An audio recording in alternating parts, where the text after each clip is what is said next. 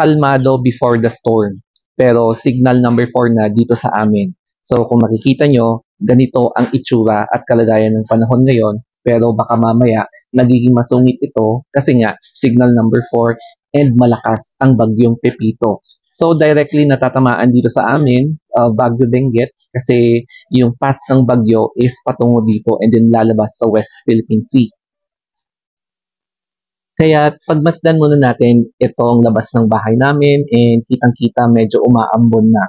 So hudyat na ito, napapalapit na talaga yung bagyo. So mamaya-maya magiging masungit na siya. And may program dito sa may oval sa amin. Oh, ayan oh, may mga nagtitipon-tipon and may trade fair. Hindi masyado makita pero may trade fair dyan.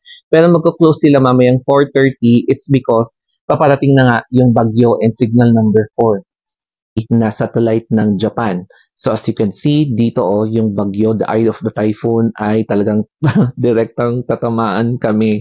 So ito yung mata ng bagyo, i-zoom natin. So ganyan siya So malapit na siyang maglandfall dito sa may Aurora province. So kitang-kita talaga na magiging makulimlim, masungit, and sigurado na magiging mabagyo ang panahon namin mamaya. So I hope na mabilis yung pag-cross niya para lesser yung mga tatamaan niya, no, yung mga apektado. So sana magiging fast moving storm ito. According sa DOST, tignan niyo yung mata ng bagyo. As in, papalapit na sa Aurora Province or Quirino Province. Basta, dyan siya tatama. And then, this is the forecast track of Typhoon. Ayan si Pepito. Malapit na talaga siya dito sa amin. As in, iko-cross niya ang Benguet. Tapos, yung signal naman, Polillo Islands yung number 5, and then ngayon lang ulit kami makakaranas ng signal number 4.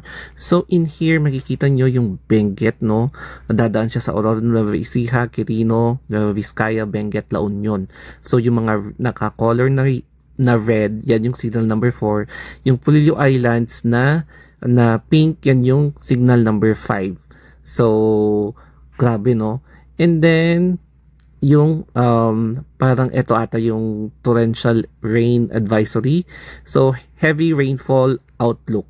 So makikita nyo yung red, yan yung pinaka mabigat, yung pinakamalakas na buhos. Tapos orange and then yellow advisory. So Benguet, grabe naka-red siya. So dito sa amin. So time check, it's 4 p.m. in the afternoon. So makikita nyo makulimlim na siya tapos medyo nagpapag na. Ganyan na. And medyo lumakas ng konti yung buhos ng ulan tapos meron na siyang hangin. And currently, naglandfall na yung bagyo kaninang 3:20 sa Dipakulan, if I'm not mistaken, sa Aurora Province. So, papunta na siya dito, no? Nasa landmass na yung mata ng bagyo. Kaya naghahanda na rin kami and close ko na yung bintana dito sa amin kasi nakabukas pala siya. Ito naman yung DOST Pag-asa na Facebook page. Makikita natin yung satellite, yung actual na pag-landfall ng typhoon dito sa landmass ng Aurora Province. So as you can see, yung mata ng bagyo nasa landmass na. And papunta na siya dito sa amin sa Benguet Province. So kailangan talaga namin maghanda kasi malaking bagyo to and hindi basta-basta pa-petiks-petiks lang kasi hindi mo talaga alam kung ano mangyayari, especially kapag nasa super typhoon status na ang bagyong ito. Kaya mag-ingat tayo talaga lahat. Eto na guys, so bumababa na yung kaulapan dito sa amin, yung fog.